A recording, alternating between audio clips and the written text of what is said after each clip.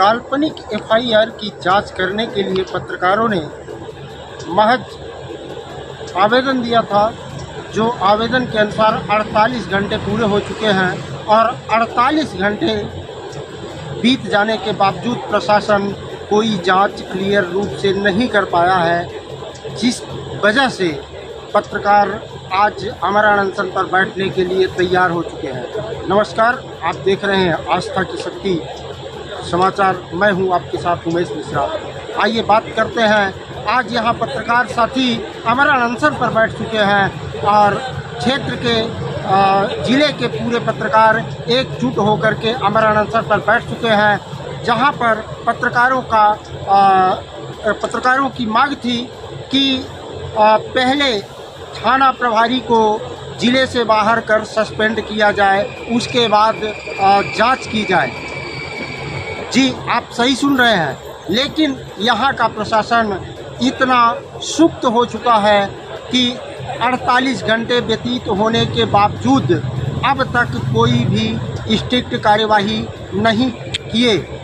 जो जानकारी मिली अभी जो है तो पुलिस अधीक्षक से जानकारी ली गई, तो उन्होंने बताया कि जांच जारी है, लेकिन जब तक थाना प्रभारी को निलंबित कर जिले से बाहर नहीं भेजा जाएगा तो कैसी जांच, आखिर जांच कैसे हो सकती है? जब वही थाना प्रभारी उस थाने में पदस्थ है तो वो स्वाभाविक सी बात है कि जो षड्यंत्र पूर्वक एफआईआर कर सकता है वो जांच भी प्रभावित कर सकता है। ये एक बड़ा सवाल है, लेकिन प्रशासन इस ओर ध्यान क्यों नहीं दे रहा है? क्या ये चीज़ यहाँ के एसपी महोदय को नहीं पता है कि अगर कोई अधिकारी उसी जगह पर है और वहाँ की जांच को किस तरह से प्रभावित करेगा? ये चीज़ बाखूबी यहाँ के एसपी भी जानते हैं, पर उस पर आखिर गौर क्यों नहीं किया जा रहा है? दूसरी बात, अब पत्रकारों का अमरण अनशन जारी हो चुका है और पत्रकारों की यही मांग है कि जब तक थाना प्रभारी को जिले से बाहर कर निलंबित नहीं किया जाएगा तब तक अमरण अनशन जारी रहेगा और जो काल्पनिक एफआईआर हुई है उसमें पूर्ण रूपेण से जांच हो और यहाँ के पत्रकार मिथिलेश त्रिपाठी को बाइज्जत बरी किया जाए। देख सकते हैं कि पत्रकार के साथ में पत्रकार साथी ही नहीं, पत्रकारों के समर्थन में यहाँ की आम जनता और यहाँ के सामाजिक कार्यकर्ता भी साथ में बैठे हुए हैं। आइए हम जानते हैं कि सामाजिक कार्यकर्ताओं का क्या कहना है। पुलिस द्वारा क्या और कहेगा? असल में यदि आज कुछ नहीं हुआ तो बारी सबकी आएगी। आज मिथिलेश के साथ हुआ है तो कल सबके साथ हो सकता है। हौसला इनका बढ़ेगा। ऑलरेडी किसी भी थाने में देख लीजिए, एक सामान्य आदमी रिपोर्ट दर्ज कराने जाता है तो उसकी रिपोर्ट दर्ज नहीं होती है। आज हमारे जब से जिला बना है मऊगंज, तो मऊगंज में जितने भी थाने हैं क्राइम के मामले में सब टॉप पे चल रहे हैं। आधे में तो ये रिपोर्टें दर्ज है, सही केस में तो ये रिपोर्टें दर्ज नहीं। मैं अपनी बता रहा हूँ, मेरी राइस मिल है, वहाँ चोरी हुई थी, आज तक इन्होंने, हमारे कर्मचारियों ने रिपोर्ट दर्ज कराई थी, आज तक कोई जांच करने नहीं गया। सही चीज में इनका कोई इंटरेस्ट नहीं है। मैं तो ये कहता हूँ कि मिथिलेश से यदि खुन्नस थी तो क्या उन्होंने अपने ऊपर के अधिकारियों से मार्गदर्शन लिया? एक पत्रकार को और प्रतिष्ठित पत्रकार को, संवाददाता को, संपादक को आप ऐसे उठा के लेके चले जाओगे? ये कहाँ का नियम है? बात जगदीश सिंह ठाकुर की नहीं है, बात सभी पुलिस वालों की है कि आप इस तरह से, आपका मनोबल बढ़ा कैसे? आप कानून को दरकिनार करके और कलेक्ट्रेट परिसर से उठा के लेके नई गढ़ी चले जा रहे हो और आप किसी को सूचित भी नहीं कर रहे हो, दूसरे के थाने में आप आके कर रहे हो। आपके थाने का में वो है भी नहीं, आप मऊगंज थाने से लेके नई गढ़ी थाने जा रहे हो। इतना आपको मनोबल आपका इतना बढ़ा कैसे? इतनी हिम्मत आपकी कैसे पड़ी कि यहाँ मऊगंज जाके किसी दूसरे थाने से एक प्रतिष्ठित आदमी को, नामी आदमी को, मिथिलेश त्रिपाठी कोई नाम का मोहताज तो है नहीं कि कोई नाम का मोहताज है। ये मऊगंज के अच्छे माने जो 10-20 पत्रकार भाई बंधु हमारे हैं, उनमें से इनका भी एक नाम, अच्छा नाम है। और आज तक मैं तो मऊगंज का हूँ, मैं विधानसभा चुनाव भी लड़ चुका हूँ, आज प्रदेश स्तर जिस भी पार्टी में जहाँ रहा हूँ तो प्रदेश का पद रहा, अच्छा पद रहा है और बरसों से ये हमारे साथ हमारे छोटे भाई की तरह है। तो ये कभी हमसे आज तक डिमांड नहीं किया कि हमको ये चाहिए। तो ये एक दारू की दुकान और ये जो दिया है उसकी औकात क्या है कि मिथिलेश त्रिपाठी को पैसा देगा? पहले उसकी जांच हो कि वो उसकी औकात क्या है, वो इनको किस आधार पे पैसा दिया है। तो क्या लगता है कि इनको जिस तरीके से कार्रवाई कर रहे हैं इसका हाथ इनके ऊपर हो सकता है? ये सब चिढ़े हुए हैं। एक कांड हुआ था, निलंबित कर दिया गया था, लव जिहाद का केस था और इन लोगों ने उसको अच्छे से कवरेज किया और दिखाया था, तब से वो चिढ़े हुए हैं। अब वो खुन्नस कहीं ना कहीं तो निकालनी होगी। वो बाकी है क्या? कोई जगह जमीन का नहीं है, कोई जाति नहीं है, तो उनको चढ़ा दिया होगा किसी ने। अब वो समझ नहीं पाए कि हम कहाँ हाथ डाल रहे हैं। अरे ततैया के छत्ते में हाथ डाल रहे हो तो तुम ऑलरेडी, तुम्हारा क्या हश्र होगा इसका कभी सोचे हो? तो हमारा सिर्फ ये है कि शासन प्रशासन से उच्च स्तर पर इसकी जांच हो, जांच करके दूध का दूध और पानी का पानी हो कि कल ये घटना किसी दूसरे भाई के साथ ना हो। और जो आज मैं सभी पत्रकार बंधुओं से मऊगंज रीवा के निवेदन करूंगा सीधी कि आप सीधी में कांड हुआ था, आपको ध्यान होगा, आज से करीब 1.5-2 साल पहले सेम इसी तरह से हुआ था। आप लोगों के साथ आप हर गरीब की, समाज की, शोषित वंचित लोगों की आवाज उठाते हैं और आप लोग जिस दिन आप लोगों के साथ ऐसा कृत्य होने लगा और आप लोग जिस दिन मूक दर्शक बन जाएंगे उस दिन मान लीजिए किसी को न्याय नहीं मिल पाएगा। इसलिए मैं सबसे निवेदन करता हूं कि इनका साथ दें और इनके इस न्याय की लड़ाई में सब कुछ नहीं है तो जन भागीदारी तो कर सकते हैं, जन भागीदारी बने। थाना प्रभारी के द्वारा जांच में छेड़खानी की जा रही है, इनके पास तरह तरह के दबाव बनाए जा रहे हैं, लेकिन उनको अभी तक नहीं हटाया गया है। क्या कहेंगे पूरे मामले? अब ये तो राजनीतिक और प्रशासनिक मामला है। मैं तो यही कहूंगा कि इसकी उनको थाने से हटा के ही जांच कराएंगे, तभी निष्पक्ष जांच होगी। जब वो नई गढ़ी थाने में खुद ही थानेदार बन के बैठे रहेंगे तो कौन जांच करने जाएगा? क्या जांच करेगा? इसलिए उनको हटा के फिर जांच की जाए। आखिर क्या वजह रही है? इसकी वजह व्यापक है। अगर कम शब्दों में बोलूं तो नहीं बोल पाऊंगा, अगर 4-6-10 दिन बोलूं और आप रिकॉर्ड करते रहे तब बोल पाऊंगा। अब पीछे देखिए कि एक आपकी माइक की आईडी लगी है जिसको हथकड़ी में जकड़ दिया गया है। जब किसी खबर को दिखाना हो, जब अपना व्यक्तिगत प्रचार करना हो तो हम हों या प्रशासनिक अधिकारी हों, व्यापारी अपने प्रोडक्ट का विज्ञापन चाहे, नेता अपना बात रखना चाहिए और प्रशासनिक अधिकारी हो सरकारी योजना, और यही पुलिस के लोग झूठी हो सही हो कोई कार्यवाही तो प्रेस रिलीज किसको? आप जैसे पत्रकार करें। एक घटना हुई है, एक डिक्लेमर आता है जिसको मेरी खबर के साथ आप चला दीजिएगा और पोस्टर भी मैंने इनको बोला है लगवा दीजिए कि सीरियलों में आता है, पिक्चरों में आता है कि ये कहानी का सत्य घटनाओं से कोई लेना देना नहीं है। इसके जो पात्र है काल्पनिक है, इसके जो स्थान है काल्पनिक है और किरदार जो है वो काल्पनिक है। इसी तरह की एक ऐसी घटना नई गढ़ी में हुई, शिकायतकर्ता काल्पनिक, घटना काल्पनिक, FIR काल्पनिक और एक थाना प्रभारी के बदले की भावना ने जो कृत्य किया है, जिस तरह से कानून के रखवालों को शर्मसार किया है, ये आमरण अनशन तो करना चाहिए पुलिस के उन ईमानदार कर्मचारियों को जो ऐसे कृत्यों से शर्मसार होते हैं। उन अधिकारियों को आमरण अनशन करना चाहिए जो ऐसे कर्मचारी के कृत्य से शर्मसार होते हैं। RTI के माध्यम से एक जानकारी मिली है जिसको आपको भी उपलब्ध कराई जाएगी। आबकारी में कुछ नियम है और जो आशीष कुशवाहा शिकायत करता है वो वहाँ था कैसे?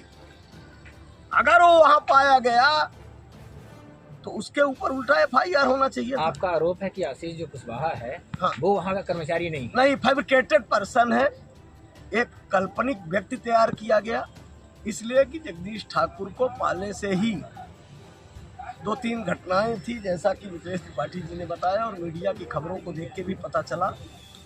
उन्होंने एक पहले गलती की, नोटिस भेजा। आप मार्च 2025 में नोटिस डिस्पैच कर रहे हैं और जब नोटिस खोली जाए या व्हाट्सएप में देखा गया तो 2024 की है। उस पर भी उनके ऊपर 420 का मुकदमा दर्ज होना चाहिए कि बैड डेट का नोटिस को आप आज का बना के और इनको फिर से तो वहाँ जब उनको किसी ने या जो उनका वकील हो या जो कानून का जानकार हो समझाया होगा, तब एक काल्पनिक।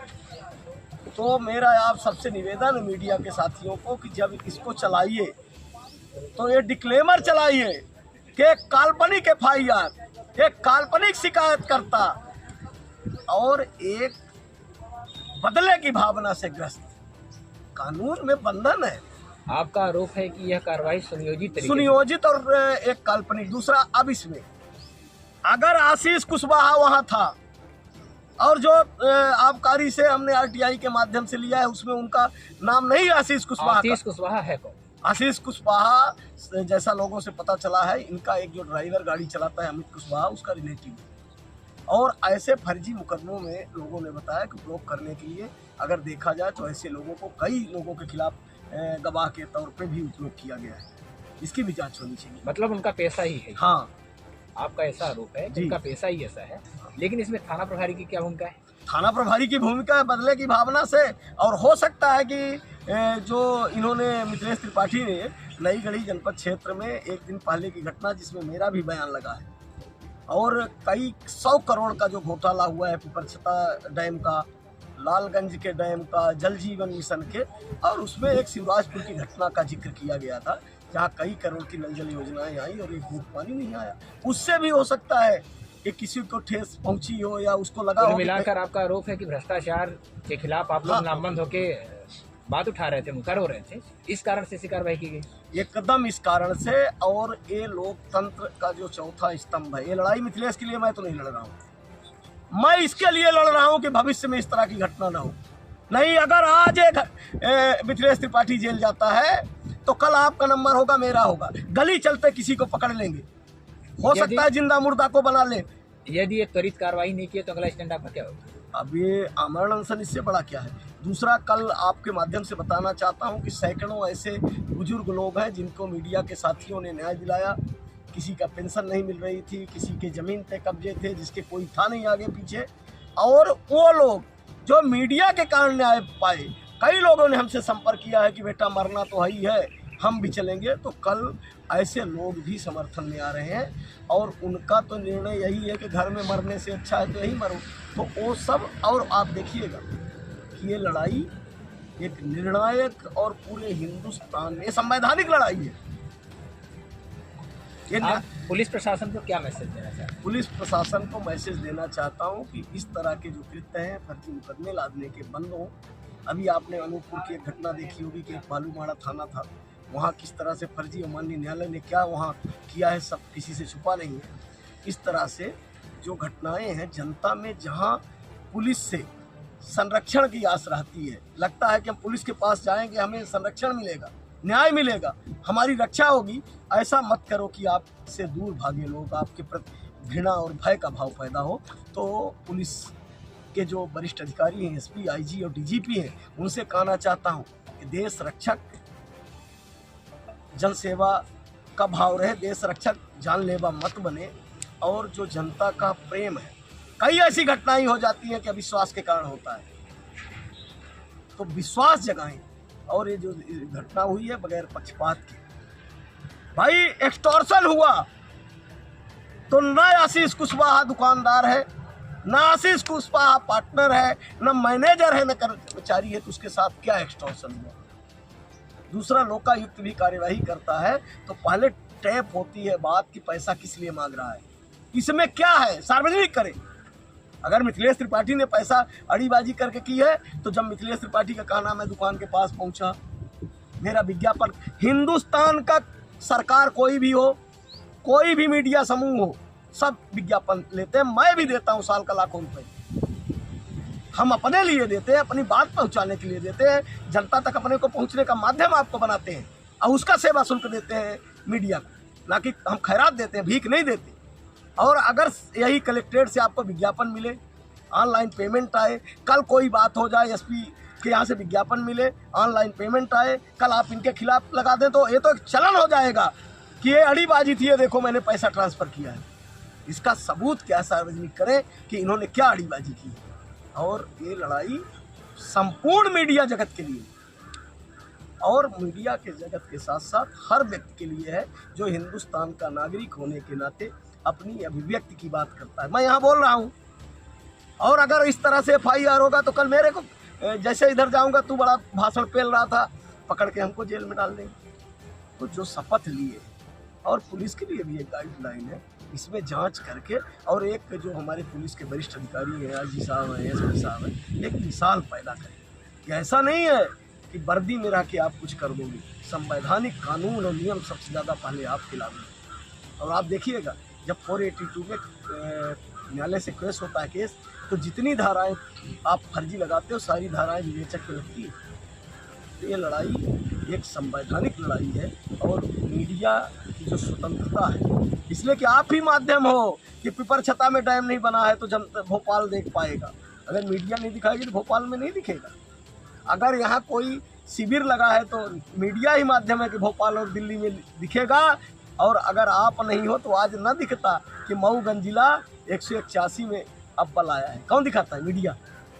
मीडिया का तो अगर इसको दिखाए तो आप खुश हो गए।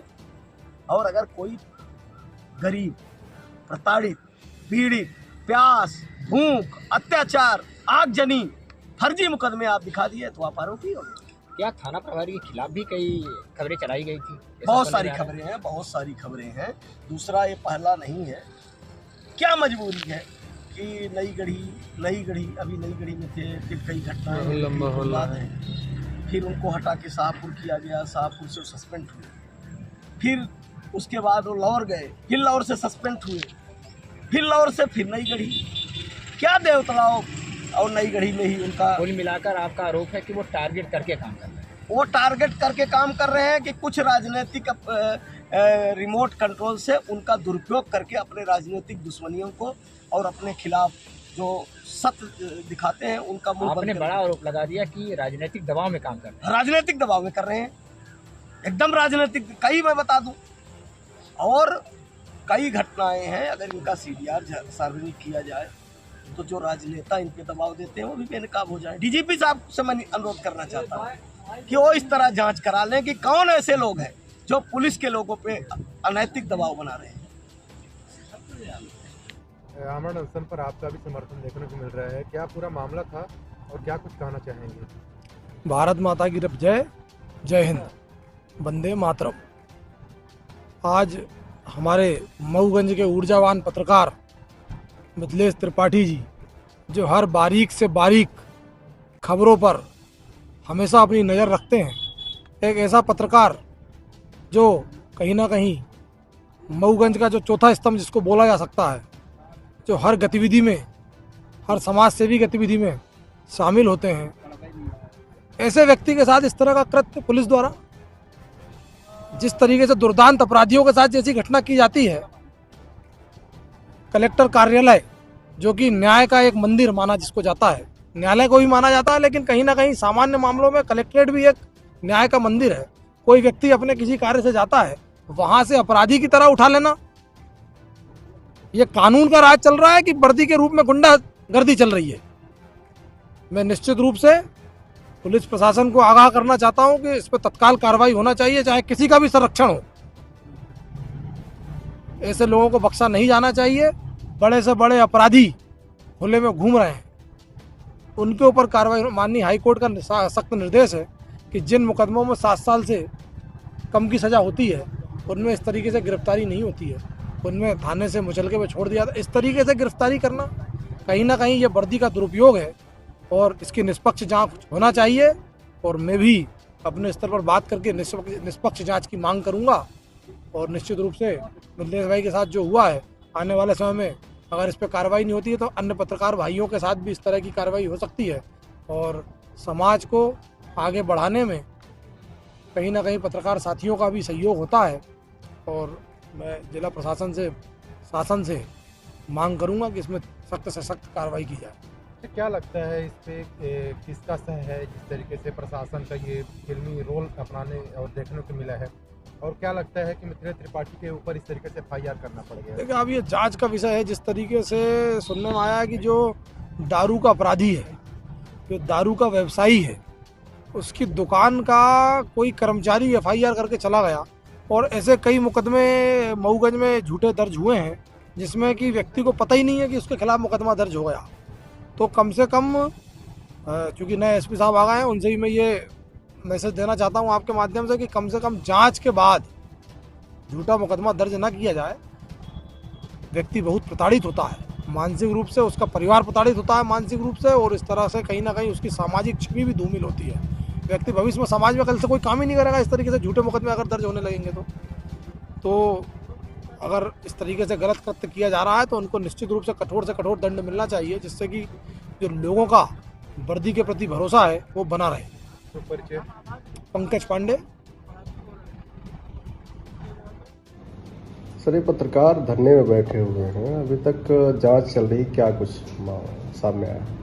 अभी जो एक शिकायत की गई थी कि श्री मिथिलेश त्रिपाठी पत्रकार हैं, उनके साथ कुछ अभद्रता की गई थी, वो थाना प्रभारी नईगढ़ी द्वारा, उस पर उनके द्वारा एक शिकायत दी गई थी। उसकी जांच हम प्रभारी SDOP है हिमाली जी उनको दिया है, और उनको मैंने बोला है कि उसकी जल्द से जल्द जाँच करें, और इस दौरान कुछ नए तथ्य भी आपके द्वारा बताए गए तो उसके संबंध में भी हम आवश्यक कार्रवाई करेंगे। स्थानीय थाना प्रभारी के द्वारा जांच को प्रभावित भी किया जा रहा है, वो भी हम देख रहे हैं। अब अपने जो तथ्य लाए हैं हम उसके संबंध में भी जो भी वैधानिक कार्रवाई होगी हम उस पर निर्णय लेंगे।